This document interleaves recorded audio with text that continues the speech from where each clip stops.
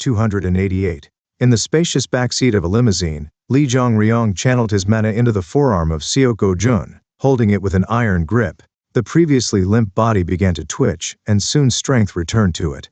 A low groan escaped Seok Jun as he wrestled with the heaviness of his eyelids, prompting Lee Jong-ryong to ask, "Are you coming too? I'm sorry, I should have bought us more time." With these words, Seok Jun inclined his head, his features set in a stony mask. His earlier onslaught upon Jin Tae-kyung was no mere impulsive thrust. Seok Jun, disciple to Lee Jong-ryong and captain of the security team, had moved not of his own accord, but upon the directive of his revered master. "I need to see Jin Tae-kyung's true strength for myself. What would you have me, Dito? Draw it out as long as possible. Shake out every last bit of his foundation. I never liked him from the start. I guess I can give him a proper beating."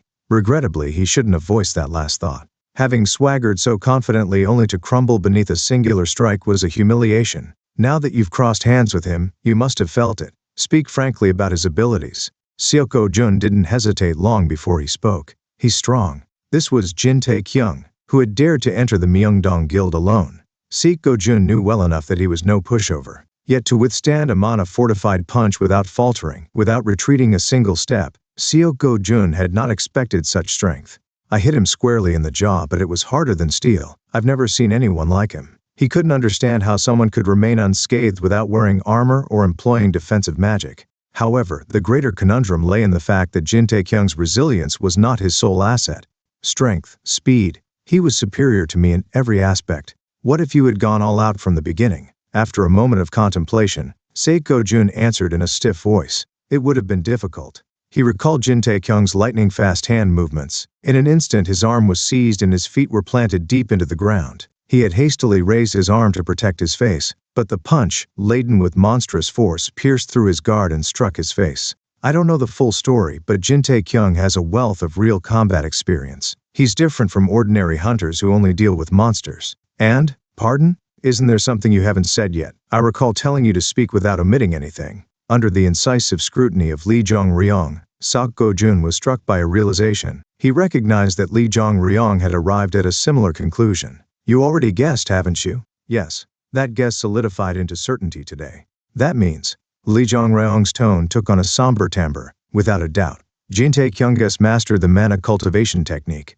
Mana cultivation technique. Up until this moment, Seok Jun's gaze had remained steadfast. Now, a subtle turbulence flickered within. Lee Jong-ryong's revelation had the impact of a thunderclap. A mere F-rank hunter has grown this much in just half a year. People chatter about reawakening, about errors in the measurement devices, but that's just nonsense spouted by those who know nothing. Seok Jun's reply emerged as a stifled whisper. "But how? Isn't the mana cultivation technique highly confidential?" "Confidential? Such words are meaningless. There are no complete secrets once someone knows." "Could it be the work of team leader Choi Min-woo?" Lee Jong-ryong shook his head. "Min-woo hasn't learned the mana cultivation technique. Neither has Kim Hwa-jong." "Is it unknown to everyone? What if the guildmaster?" "Woo?" Seok Jun stilled, his words evaporating in the air. Confronted by Lee Jong-ryong's intense probing eyes, he realized that he had said something he shouldn't have. "Haven't I told you not to even breathe a word about my young?" I'm sorry, I misspoke." Seok Jun's voice trembled like a scared bird, startled by the revelation that Jin Tae-kyung had mastered the mana cultivation technique. He had broken an unspoken rule. Cheon Tae-min, the Ares guildmaster, was an entity that must never be spoken of lightly. Thud. The sound was muted, but the message clear as Seok Jun's knees met the floor. With a profound bow he uttered, "Please forgive me, Vice Guildmaster." "Forgiveness, eh? Such things happen in life. Stand up." Seok Jun cautiously rose to reclaim his seat, yet his gaze dared not meet Lee Jong-ryong's. Through their shared history, Seok Jun had learned much. He grew to regard Lee Jong-ryong with a blend of reverence and fear. Upon the face of the man who was customarily as impassive as an automaton, a shadow of apprehension now fleetingly passed. "Look here, team leader Seok." It was Lee Jong-ryong who broke the silence. Seok Jun's head bowed even deeper. "Yes, Vice Guildmaster. Your command? We're going to be much busier soon. If you blabber carelessly like today again, I'll be in quite a bind." "I will keep that in mind. And look into whether there are any usable people to tighten surveillance on the Peace Guild." Seok Jun tentatively lifted his gaze. "Are you considering bolstering the security team?" "Yes, we can't go on like this. We need to prepare for any unforeseen circumstances." "Understood." I will initiate action immediately upon returning to the guild. And, don't miss out on keeping an eye on the movements of the executives. Include the status of overseas branches as well. I will carry it out flawlessly. Li Zhongryong's position within the Aries Guild was already solid.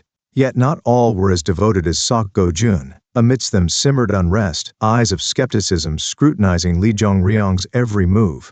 The security team, however, was almost like Li Zhongryong's personal army, with hefty salaries and guidance in the mana cultivation technique.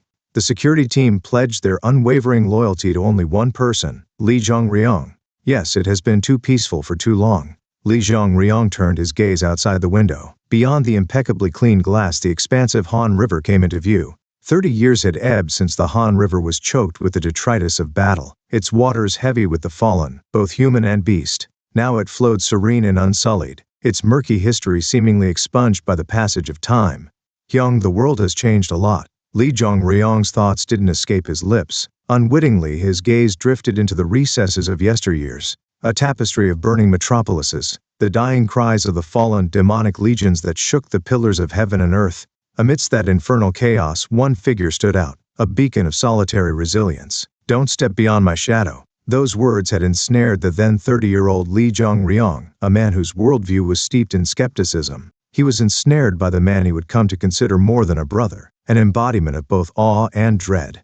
These images, these sentiments retained their vivid hue in the canvas of his memories, undimmed by the years that had turned his own hair silver. It was Seok Go-jun's voice that drew him from the depths of his nostalgia, the utterance cutting through the silence as he gazed contemplatively through the glass. We have arrived. The limousine door glided open, revealing a scene dominated by monolithic towers, their silhouettes vying with the heavens, encircled by a forest of structures standing sentinel like a monarch's court. Dozens of hunters, their forms aligned with military precision, dipped in a unified bow. The crest of the Aries Guild adorned their chests, a silent testament to their allegiance. Greetings to Vice Guild Master Li Zhongryong. Their call was precise, like a line drawn with a ruler. The powerful figure stepped onto the red carpet with a faint smile. In this age, silver-haired seniors watch YouTube with wireless earphones, embracing the world within their grasp. On snowy days when the roads turn to ice, the nursing homes shudder, and old man Kim and Granny Park chat over voice chat apps and play virtual Go Stop. If the realm of magic remains enshrouded in enigma, the internet stands as the zenith of 21st century achievement. With a few keystrokes and clicks, one can unfurl the world's myriad secrets as effortlessly as gazing into the well of one's palm. And in such a world, the tales of the most renowned celebrities are but a whisper away. Tick, tick, tick. Cheon Tae-min. It was a name that auto-completed with just the initial consonants. It even ranked higher in search queries than heaven itself. People were more interested in the one who saved them from almost reaching heaven than in heaven itself. I was no different. This silent admission whispered within as my thumb hovered over the icon. The face I had seen hundreds, thousands of times since elementary school filled my phone's screen. Thick eyebrows and sculpted features. He had the looks of a handsome Greek god reincarnated.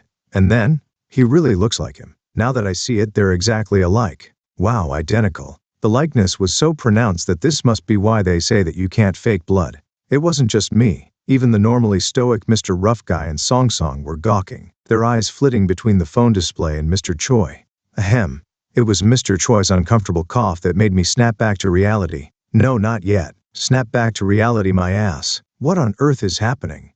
The lines between the Murim and the ordinary world are now so blurred they're indistinguishable. When I got blindsided by Park Ji-hwang and Li Zhongryong popped out of nowhere, I was confident nothing more surprising could happen here. But this revelation is an entirely new tier of astonishment. Not the president's grandson, but Cheon Tae-min's grandson. A president's tenure is fleeting, 5 years at best, but Cheon Tae-min's legacy is timeless. The laurels and renown he has amassed are eternal, his legend to be inherited across the ages. He was the one who plunged his sword into the Demon King's heart to secure mankind's salvation. What greater deed is there? The hero born of humanity, the world's best hunter recognized universally, unprecedented and unparalleled. That's what he is. Mr. Choi is the one and only grandson of that very Cheon Tae-min. With a sole daughter and no other heirs apparent, he might well stand as the solitary successor. The sheer magnitude of it, the heir to Cheon Tae-min, sends a chill through me. With a voice unsteady with revelation, I ventured, "Mr. Choi, yes, please speak." His reply was prompt, almost as if he were grateful for the break in the tense silence. "If it's not too rude, may I ask you something?" "Of course." Then may I continue to call you Mr. Choi in the future? Excuse me? The bewilderment was plain on Mr. Choi's face, as if the question itself was preposterous. If not that, then what on earth were you planning to call me? Choi Minwoo, sir. Minwoo Hyung. I refuse. There's one more. Do not say it. I do not wish to hear it. Please adopt me. I'll call you Dad. I'll be an exceptional son. At that, Mr. Choi's complexion flushed a deep scarlet. If I had been his real son, he would have disowned me long ago. He let out a deep sigh. Now is not the time for such jokes. It's not a joke, I'm serious. Jin Tae-kyung. The voice of Mr. Choi bore a heaviness. Haven't I told you everything already about my current situation? You did. We all heard IIT. Mr. Rough Guy and Song Song nodded their heads. Only an hour had passed since Lee Jong-ryong's departure, and the revelation still hung heavy over us.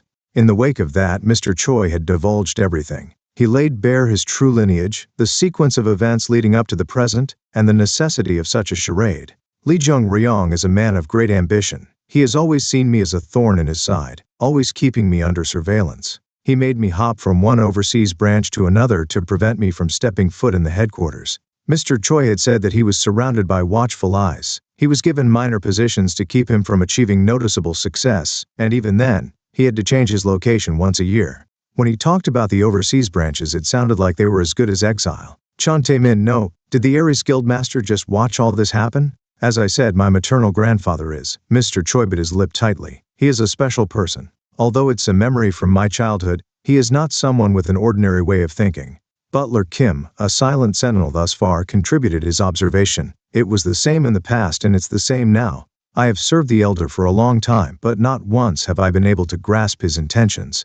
Could this be the unseen facet of a hero, concealed from public adoration? Mr. Choi, expelling another sigh, resumed.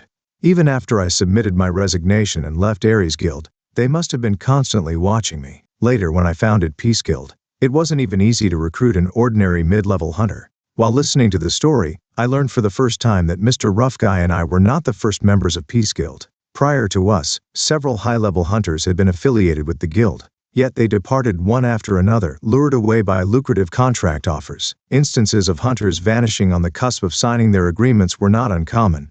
It must have been Lee Jong-ryong's handiwork. No matter how much money you have, without hunters there's no guild.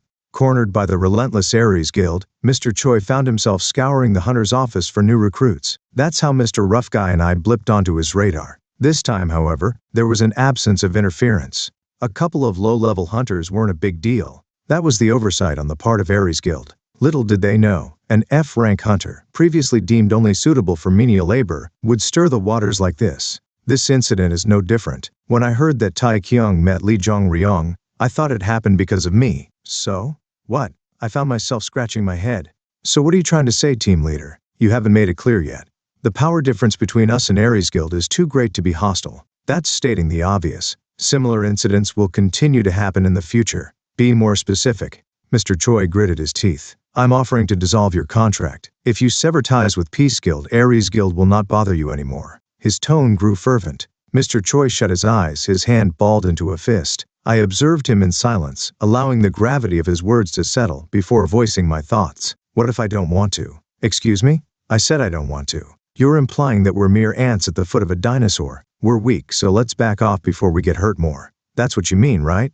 Jin Tae-kyung. Then it's simple. I spoke slowly and deliberately, staring back at Mr. Choi, who was looking at me with a mix of astonishment and apprehension. Let's get strong too. No. I'll make you strong. I will. Comment 0 comment. Vote. Load failed.